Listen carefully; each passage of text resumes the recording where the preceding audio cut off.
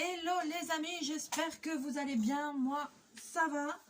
Voilà, il est très tôt ce matin, je viens d'arriver au boulot. Vous voyez, je suis encore en train d'enlever mon manteau, c'est pour dire. Je me suis fait un petit café. Et avant de commencer cette journée de folie, je me suis dit, petite vidéo. Hop, qu'est-ce que j'ai bouffé? Un fil.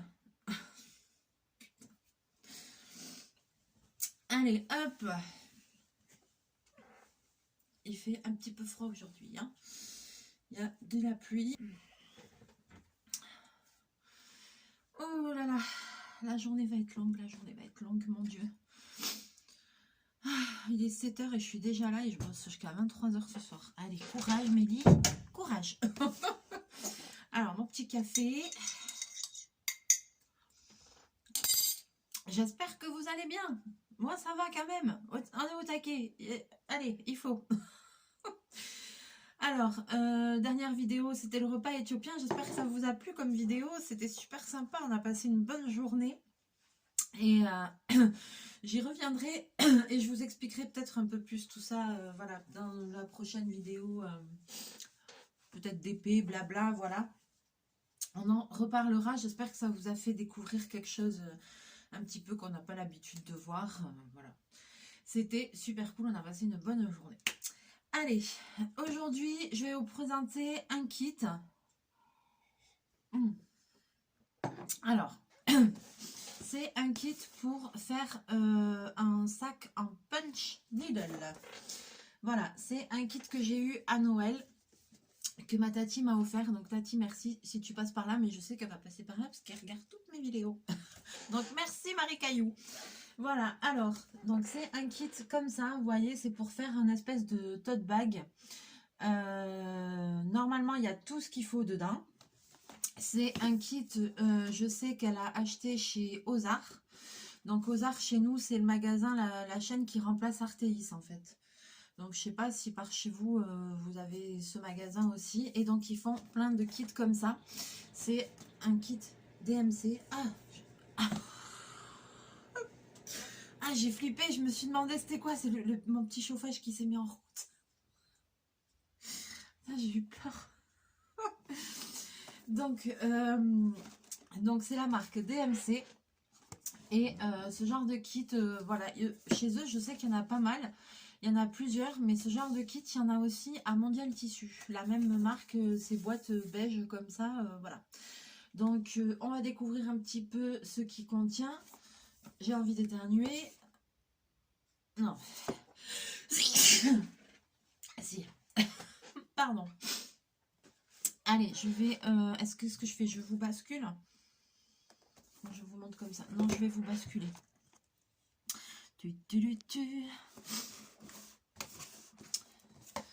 On va l'ouvrir. N'hésitez pas tout dégommer. Qu'est-ce que c'est? Ah, voilà.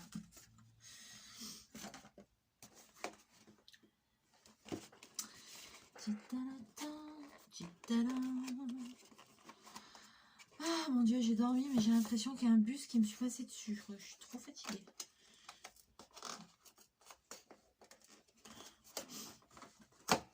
Aïe. Ah. Ah putain, c'est chiant. Voilà.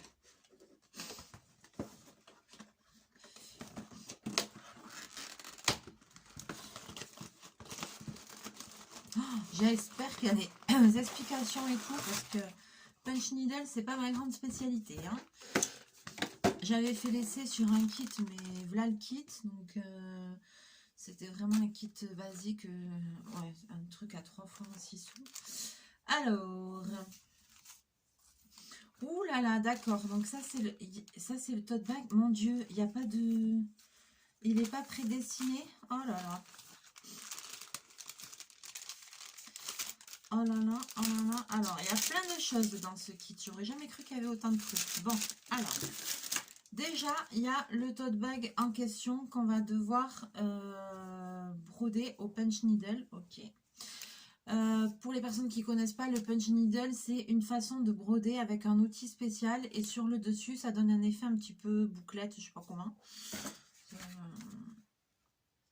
Ça donne un effet 3D, je sais pas comment vous dire. Bon. Ensuite, ici, on a ça. Ok. Alors, on a l'outil. Je me rappelle plus du tout comment ça fonctionne.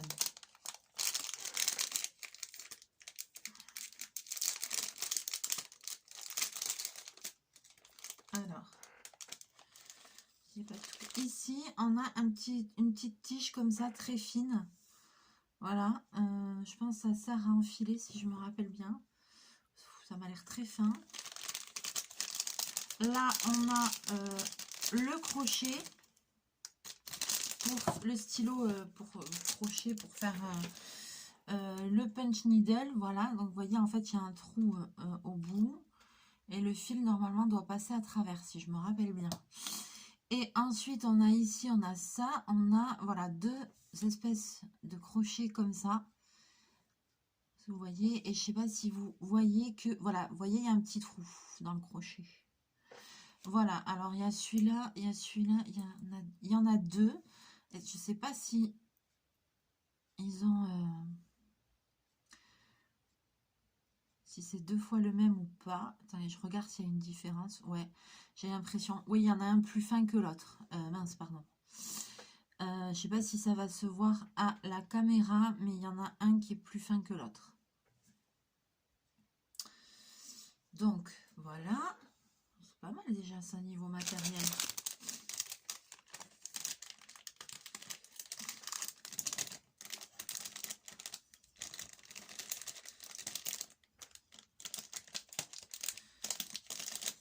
Alors déjà, je remets dedans, même, enfin, ouais, même si on va s'en servir, mais j'ai peur de perdre des trucs. Alors ensuite, il y a une feuille de papier avec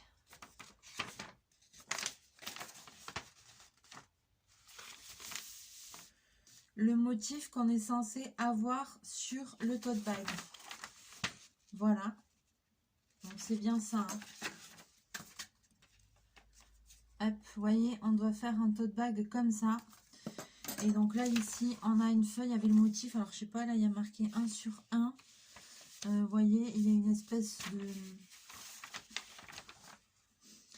Bah, ça, c'est l'échelle. 1 sur 1, c'est l'échelle. Ouais. Après, ici, on a un petit livret. Donc ça, je pense que c'est plutôt un petit livret publicitaire. Ah ouais, non, il y a des trucs... il y a quand même des trucs écrits. Vous voyez ici, par rapport au kit qu'on doit faire, des instructions sur le matériel. Et puis, il y a un côté où c'est un peu plus publicitaire. Gift of Stitch est une gamme de kits de loisirs créatifs imaginés pour faire plaisir. De belles attentions facilement réalisables et personnalisables. Réalisez ce kit et offrez votre création à un être cher ou bien offrez ce kit telle une expérience unique pour découvrir la joie de créer. Ouais, et puis aussi tu peux te l'offrir à toi-même, tu vois. T'es pas obligé de le donner à quelqu'un. Alors, ensuite ici, on a un petit livret... Ok, où c'est tout en blanc.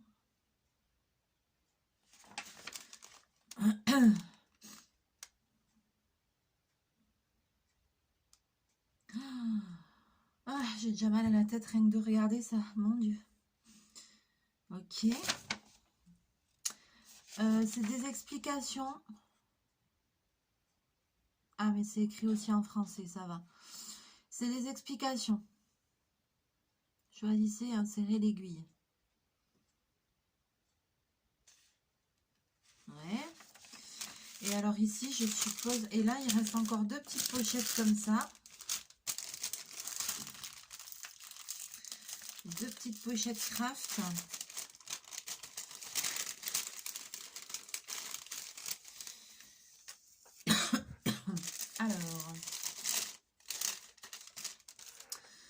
dans la première, on a une petite étiquette comme ça.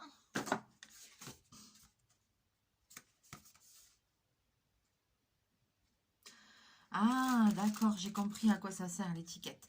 C'est parce que en fait, une fois que tu as fait le kit, tu peux le remettre dans la boîte, t'enlèves ça. Il y a un ruban, voilà, et il y a une étiquette, comme ça tu peux en fait faire vraiment un coffret cadeau. Et ça c'est pas mal, c'est une très bonne idée qu'ils aient fait ça. Donc tu utilises, quand on l'ouvre, il faut pas ouvrir ça comme un malade et tout abîmé. J'ai bien fait de faire attention.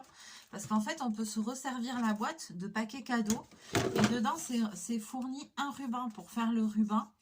Une étiquette comme ça pour marquer un petit mot, une petite attention. Il y a aussi une petite aiguille, vous voyez. Et il y a un fil à broder. Ça, c'est fil de broderie courant. Pourquoi? Parce que ici, vous voyez, il y a un petit cœur avec des points. Et en fait, c'est pour faire, c'est pour broder le cœur. C'est pour faire une carte brodée. Et là, vous mettez votre petit sentiment, votre petite attention accrochée. Vous voyez, là, il y a la fente. Ici, c'est pour insérer le ruban. Et puis, vous faites une jolie boîte à cadeaux comme ça. Donc ça, par contre, je trouve que c'est une super idée. Pour ça, ah là là, c'est vraiment... je trouve que c'est super bien qu'ils aient fait ça. Ça fait vraiment un kit de qualité pour le coup. Bon, après, c'est DMC. La marque DMC, c'est quand même bien. C'est de la qualité. Mais c'est vrai que pour un kit de loisirs créatifs, bah, c'est chouette qu'ils aient pensé à faire un truc comme ça. Bon, un petit coup.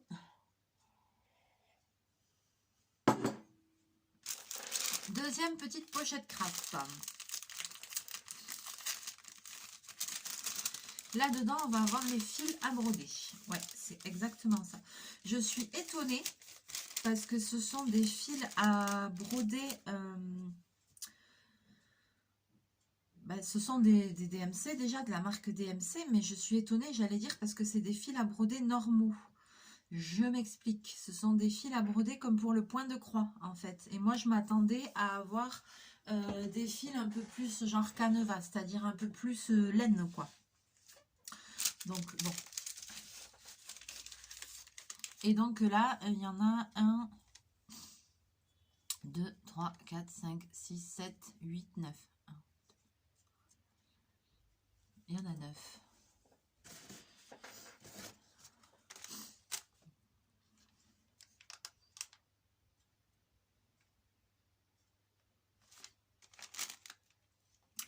Alors ici aussi sur le paquet, on vous donne un indice sur la difficulté. C'est difficulté 2 sur 4. Offrir ruban et étiquette inclus. Ok. Taille. C'est peut-être pour ça qu'il y a la petite règle. Voilà. Qu'est-ce qu'ils disent d'autre? Personnalisé au poche Lidl, ce tote bag abstrait à offrir pour toute occasion. Réutiliser la boîte comme paquet cadeau. Ah ben voilà, c'était écrit. Hein. Mais il faut dire que je n'ai rien lu. Bon, ben ça m'a l'air pas mal tout ça. Maintenant, il faut trouver comment ça fonctionne cette histoire. Et alors, par contre, comment on fait? Je vais essayer de lire les instructions. Alors, point plat, matériel.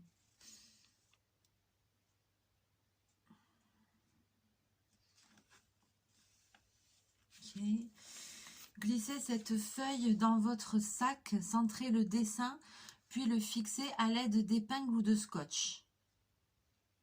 Placez le sac contre une fenêtre et décalquez l'image sur la face extérieure de votre tote bag avec un crayon à papier. Ah bah déjà on est dans la merde. Il est 7 h du matin, il fait nuit.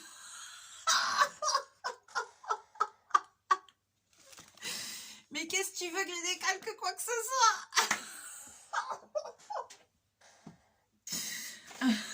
Ah putain. Ah mais c'est tout moi ça. Ah là là. Ah là là. Chef, s'il voit ça, il va rigoler. Ah punaise. fait, il me connaît, je suis nulle. Il m'arrive toujours des trucs improbables. Oh putain, c'est pas vrai. Bah ouais, ah bah ouais, mais déjà, moi, je vais y voir que dalle, là. C'est pas l'heure. Sachez-le, pour faire ce kit, il faut qu'il fasse jour. Oh punaise, et non, moi, j'étais super contente. Je me dis, je vais faire une super vidéo. Ça commence bien. Bon, attends. Allez, on va garder espoir. On va voir si... Il fait... Non, mais il fait pas jour, là.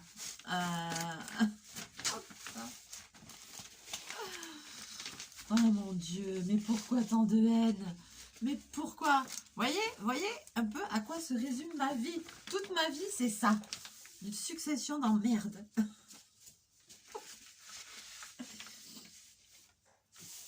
On voit à travers. Alors, il faut essayer de centrer le motif. Ah, j'ai pas beaucoup de place, voyons. Je vais déjà essayer. Je vais déjà pousser la boîte.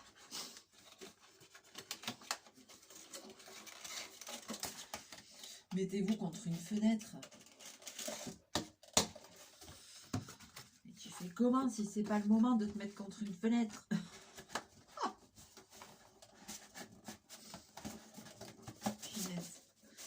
Mais ça, c'est la triste histoire de ma vie, quoi. Mais vraiment. Ça, je vais remettre là parce que j'y suis pas encore d'utiliser les fils, je crois. Mon Dieu, mon Dieu, mon Dieu.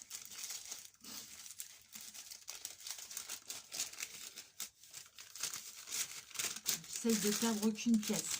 Parce que déjà, là, je suis au boulot, c'est un peu le bazar. Parce que je me suis déchaînée, j'ai bossé comme une malade. Alors, il faut centrer le motif. Fais péter un mètre ruban. Bon, je vais chercher un mètre ruban. Dans un atelier de couturière, ça devrait se trouver, ça. Voyons.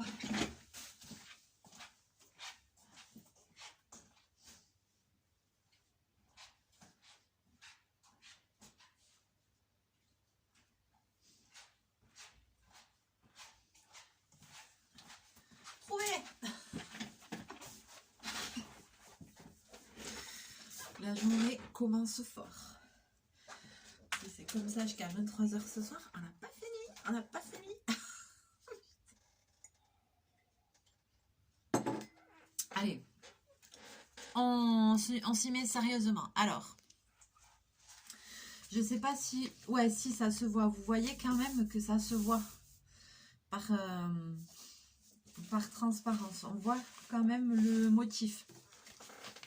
Donc j'ai pris ma feuille et effectivement, je vais essayer de centrer le motif. Je suis désolée parce qu'il y a une ombre par là. Et c'est l'ombre de quoi? J'en sais rien. Mais bon.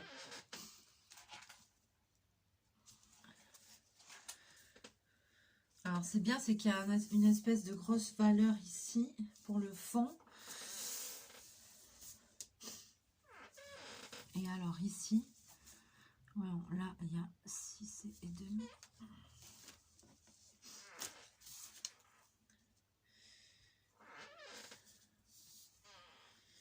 Mais je l'ai bien mis du premier coup, c'est un miracle.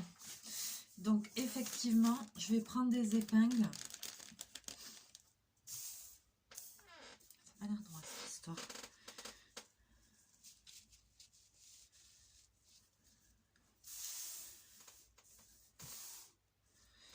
Je vais prendre des épingles et je vais épingler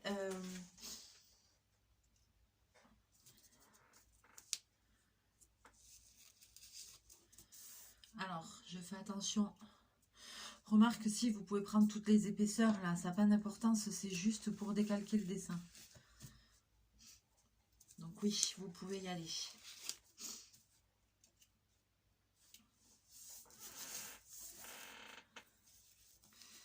Diloula, diloula, diloula, diloula.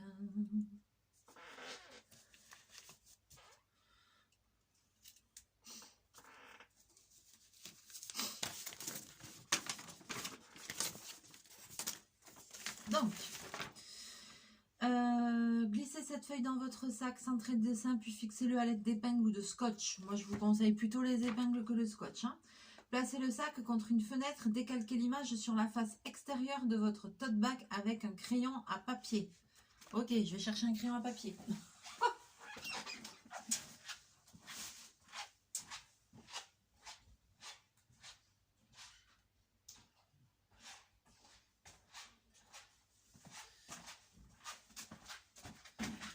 Eh ben, je ne sais pas si on va réussir à commencer à le broder dans cette vidéo. Mais bon, on va dire que déjà, il y aura la première partie. Vous remarquerez quand même la bonne humeur et l'entrain dont je fais preuve dès le matin.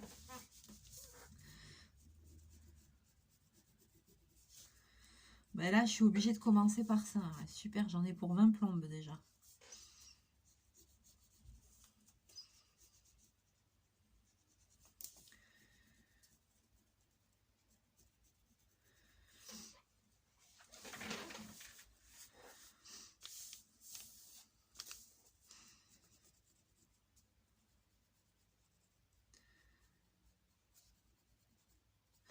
Bon, pendant que je prends le temps de décalquer tout ce merdier, donc du coup, ben, j'ai le temps de vous raconter mon histoire de repas éthiopien. Donc du coup, donc en fait, c'était super sympa. On a passé une bonne journée. Repas éthiopien, mais comme je vous disais dans la vidéo, moi j'ai été en couple avec quelqu'un qui était éthiopien et c'est comme ça que je me suis intéressée à cette culture. Et en fait, le jour où j'ai découvert la cuisine éthiopienne, je fais oh là là, mais c'est trop bien, c'est trop bon. J'adore ce principe de grand plateau avec plein de préparations où tu manges à la main, à plusieurs. Voilà, donc parce que là, même l'autre jour, hein, on a mangé à 3 sur un plat, donc on mange ensemble, c'est convivial et tout, enfin, c'est super. Et donc en fait, je sais pas si vous avez vu, la base, c'est des espèces de crêpes, ça ressemble un peu à des crêpes mille trous. Et c'est fait avec une farine spéciale, une farine qui s'appelle la farine de teff, et qui est une farine sans gluten, qu'on trouve dans les magasins bio. Alors là, ici, cette fois-ci, chez moi, j'en ai trouvé nulle part. Donc du coup, je l'ai commandé sur Internet. Parce que j'en trouvais pas. Et ensuite, ce que je fais, c'est que je la coupe avec de la farine de sarrasin. La farine de sarrasin, c'est aussi une farine sans gluten. Donc en fait, je mélange. Pourquoi? Parce que déjà, la farine de teff, ça coûte une blinde. Donc comme ça me permet de faire un petit peu d'économie sur la farine. Et aussi, c'est très fort en goût, ça a un côté un petit peu acide.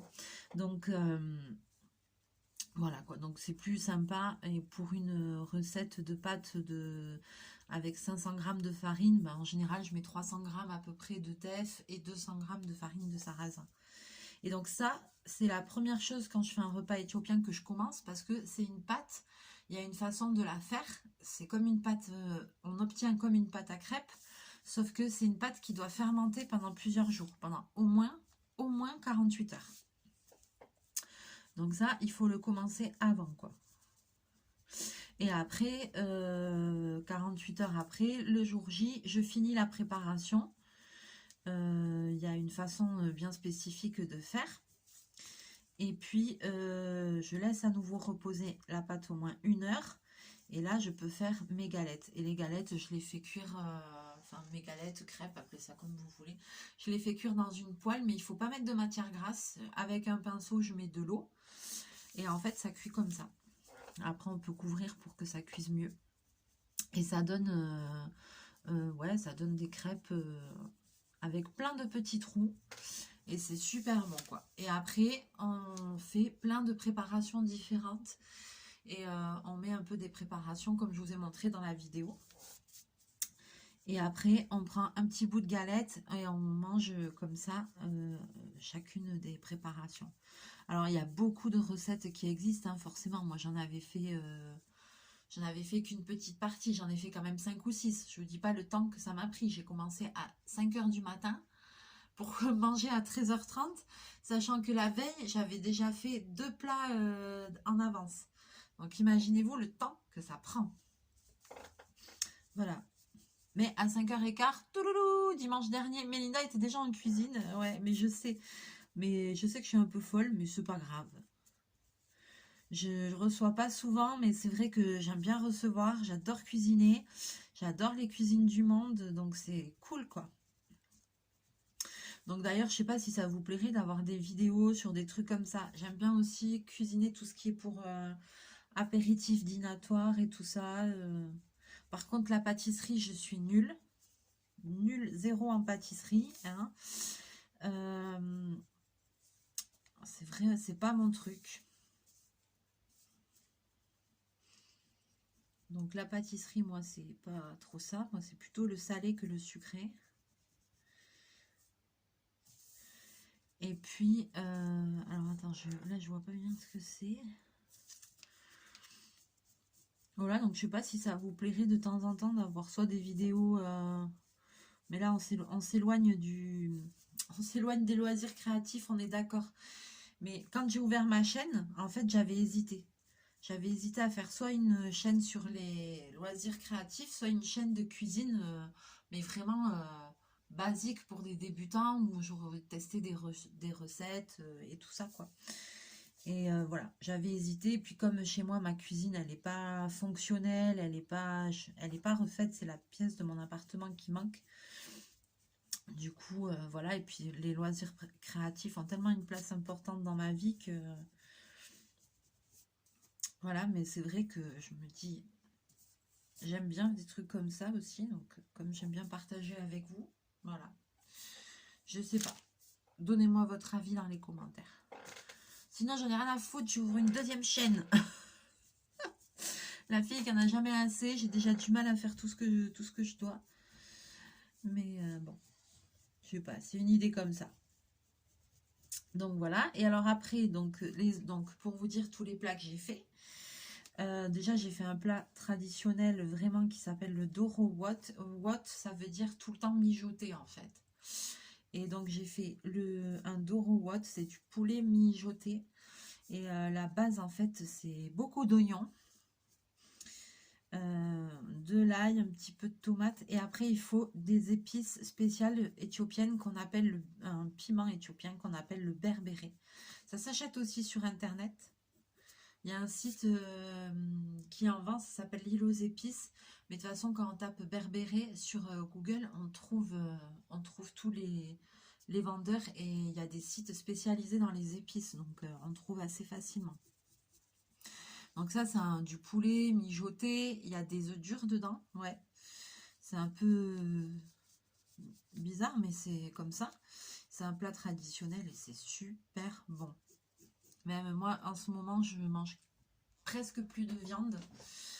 Je suis plutôt, ça fait quelques mois là que je suis un peu en mode, voilà, on va dire flexitarien. Ça m'a pris comme ça, franchement. C'est juste que j'aime pas qu'on fasse du mal aux animaux. Alors je vais pas virer complètement végane, extrémiste et tout. Mais je trouve qu'en France, il y a tellement de gaspillage de nourriture et tout. Enfin, voilà. Et que souvent on fait venir de la viande et des trucs de machin d'autres pays alors qu'on a des agriculteurs qu'on rémunère pas comme il faut, etc. Enfin voilà quoi, c'est vraiment un système. Moi, ces gens-là, je leur donne tout mon soutien parce que franchement, ils bossent comme des malades. Donc,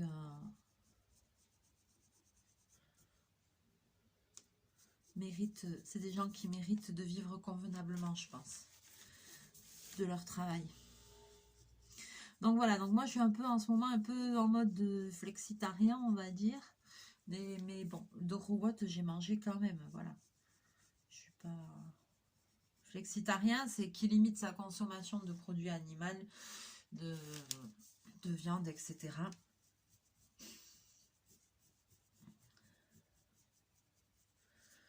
Après, je mange rien qui vient de la mer parce que ça me rend malade. Ça, c'est juste que je supporte pas en fait. Le poisson, c'est pas du tout mon truc, ça passe pas. Ça a toujours été. Donc, ben, je force pas. Mais après, comme je vous dis, je ne peux pas être végane, c'est pas possible. J'aime trop le j'aime trop le fromage, les choses comme ça, les œufs aussi et tout. Donc voilà, c'est juste que je limite un peu la consommation vraiment de viande et tout ça, d'animaux en eux-mêmes, quoi. Et donc c'est bien pour les gens qui sont un peu comme moi et tout, parce que dans la cuisine éthiopienne, il y a énormément de plats végétariens. Et donc là, vous voyez, sur le repas que j'ai fait, sur les 5 ou 6 préparations que j'ai faites, il n'y avait que le dorowat où il y avait du poulet, où il y avait de la viande. Mm. Tout le reste, en fait, ben, c'était végétarien. Après, j'ai fait des champignons avec plein d'épices et tout ça. J'ai fait un messirwot. Donc ça, le messirwot, c'est un mijoté de lentilles corail. C'est super bon, c'est ce que je préfère. C'est trop bon. Après, j'ai fait un kikalisha. C'est un mijoté de pois cassés. C'est des pois cassés jaunes. C'est super bon aussi. Après, j'ai fait un autre truc aussi un peu emblématique. C'est du shiro. Et le shiro, c'est fait avec, pareil, du beurre beurré, des épices et tout, et de la farine de pois chiche. Donc voilà, donc là, ça fait déjà 3 plats. Je vous ai dit, le dorowat, les champignons, ça fait déjà 5. Et après, j'avais fait aussi, alors ça, je sais plus le nom, je sais plus comment ça s'appelle, mais en fait, c'est comme du... C'est un espèce de fromage que tu manges avec le plat. Et en fait, quand c'est très épicé, ça sert à adoucir un petit peu tout ça. Et donc ça, moi je le fais d'une certaine façon, en fait, avec des yaourts nature. Je fais chauffer des yaourts nature. Et du coup, en fait, ça sépare ben, le petit lait, là, le jus que vous avez dans les yaourts. Et vous obtenez, voilà, comme une sorte de fromage, de caillé de yaourt. Et dedans, on met du citron, on met du sel, du poivre, voilà. Et c'est le seul truc qui est vraiment nature. Donc j'avais fait ça. Ah oui, et j'avais fait aussi des légumes en plus. Pommes de terre, carottes, haricots verts, voilà. Eux, ils font beaucoup avec du chou, des choses comme ça. Et après, bien sûr, il y a plein d'autres recettes qui existent avec de la viande, avec du poisson, avec... voilà quoi. Moi, j'ai fait ce que j'aime bien. Donc voilà, avec un esprit plutôt, on va dire, veggie. Mais tout le monde a aimé, tout le monde s'est régalé, c'était bien sympa. Et aussi, dans ces préparations-là, on met dans le dorowat et tout ça, et même dans d'autres, on met quelque chose qui s'appelle le kibé. Et le kibé, en fait, c'est un beurre clarifié. Alors moi, je le fais moi-même, je le fais maison. De temps en temps, en fait, j'achète un gros morceau de beurre. Il faut le faire fondre tout simplement avec des épices. Et là, il y a plein de choses à mettre dedans. Je ne saurais plus vous dire, parce que j'en ai pas fait depuis longtemps. Mais je le fais, ça donne un beurre clarifié épicé. Et après, on cuisine avec. Je le mets dans un pot... en, comment ça s'appelle, en verre où on fait les conserves avec un joint et tout.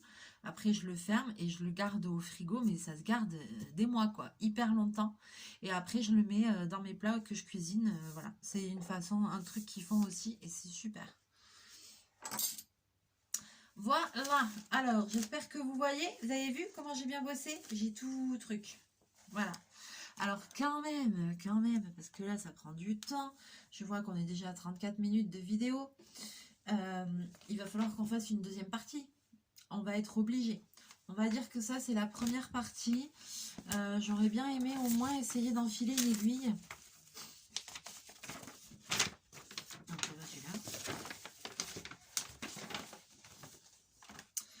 Mais c'est pas grave, hein, ça nous donnera le temps de faire une deuxième vidéo. Ouais, ça me lance.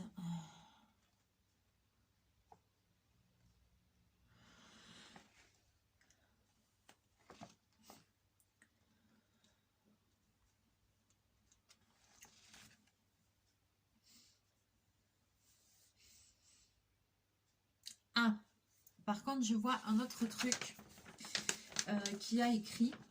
Alors, je lis un petit peu. Hein. Pour un usage quotidien de votre sac, il est conseillé de protéger l'envers de votre broderie avec une toile thermocollante. Pour les aplats de couleurs, commencez par puncher le contour, puis remplissez la surface avec des points réguliers. Afin d'obtenir une broderie régulière, tendez votre tote bag dans un tambour à broder. Ah! Alors effectivement, je pense que ce qu'on va faire, c'est qu'on va faire, on fera une deuxième partie de cette vidéo. Parce que là, j'ai pas de tambour à broder avec moi. Je crois que j'en ai à la maison, mais ici, je crois pas que j'en ai.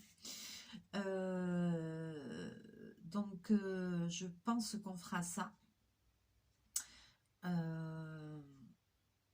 Parce que j'ai envie quand même de mettre toutes les chances de mon côté pour que ça rende quelque chose, quoi, vous voyez. Donc déjà, je vais enlever mon papier de l'intérieur. Hein. Normalement, j'ai fait ça. Ça devrait le faire. J'ai fini mon café ou pas? Non.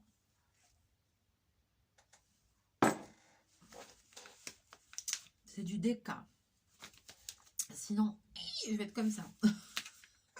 Pas besoin de ça. Je bois que du déca. C'est une habitude que j'ai et je suis très bien comme ça. Le thé aussi, j'aime bien.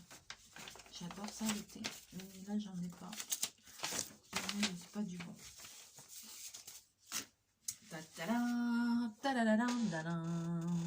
Et voilà. Donc, vous voyez, même qu'il fait nuit, j'ai réussi à m'en sortir. Et voilà. Alors, et donc, ils disent que effectivement, pour protéger l'envers, il faut une toile thermocollante. Qu'est-ce qu'une toile thermocollante? Alors, pour les personnes qui ne savent pas, vous avez de la chance, c'est mon domaine, je vais vous expliquer ce qu'est une toile thermocollante. Une toile thermocollante, comme son nom l'indique, c'est une toile qui colle. Ça sert en couture, en fait, à rigidifier certaines parties du vêtement. Je m'explique. C'est quelque chose que vous allez trouver dans les poignets, c'est quelque chose que vous allez trouver dans les cols, c'est quelque chose que vous allez trouver dans ce qu'on appelle les parmentures. Parmenture et en forme.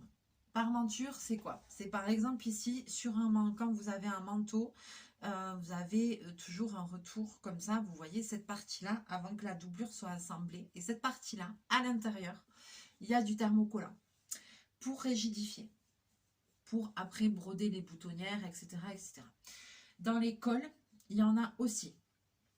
Et en général, on le met sur une seule partie. Quand on fait un col, on a ce qu'on appelle un dessus et un dessous.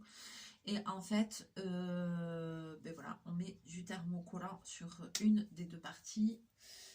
J'ai un trou. Est-ce que c'est le dessus? Est-ce que c'est le dessous? C'est le dessous, je crois. Ouais. Ou des fois, je me demande si c'est pas des fois coller les deux. Dans les enformes, c'est des pièces, vous savez, ces pièces des fois qui sortent de là. Vous voyez qu'elles sont juste, c'est une petite pièce par exemple pour finir un col ou comme ça, et des fois elles ressortent, ou sur les côtés pour finir des emmanchures. Je vous montre ce qu'est une toile thermocollante pour les personnes qui ne savent pas.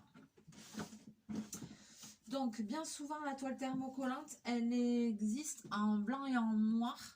Il y a des petits morceaux de toile thermocollante qui se vendent, des kits et tout ça pour quand vous faites des accros, des toiles collantes aussi pour faire des ourlets, des choses comme ça. Je suis couturière, comment vous dire que c'est hors de question pour moi d'utiliser quelque chose qui colle sur des vêtements. Moi, je vois arriver des choses au magasin, des clients qui viennent avec des pantalons, des choses comme ça, où ils n'ont même pas coupé ni rien, ils ont juste plié, mis des toiles thermocollantes dégueulasses, et après finalement ils disent « Ah mais je préférais qu'il y ait un vrai ourlet parce que ça fait plus propre ». Ouais, sauf qu'une fois que tu as mis de la merde qui colle sur le vêtement, même si ça s'enlève, il y a de la colle dans le tissu. Et après, ben, qu'est-ce qui se passe quand on coud? Et ben, ça encolle, il y a des particules de colle qui se mettent sur l'aiguille de la machine. Donc en général, hein, c'est une aiguille pour un vêtement, quoi. Donc c'est pas très cool parce que ça coûte quand même assez cher les aiguilles de machine, faut pas croire. Voilà. Et puis bien souvent, selon la colle qui a été utilisée, ça peut être problématique parce qu'il y a des colles qui sont très fines qui tiennent pas, et puis il y en a c'est mastodonte, laisse tomber, et là limite le truc il est foutu quoi. Donc moi mon conseil c'est n'utilisez jamais de colle sur vos vêtements, ne faites pas n'importe quoi avec les vêtements, n'essayez pas de faire des ourlets, des trucs, des machins, faites plutôt un point de couture que vous pouvez défaire, mais évitez de coller.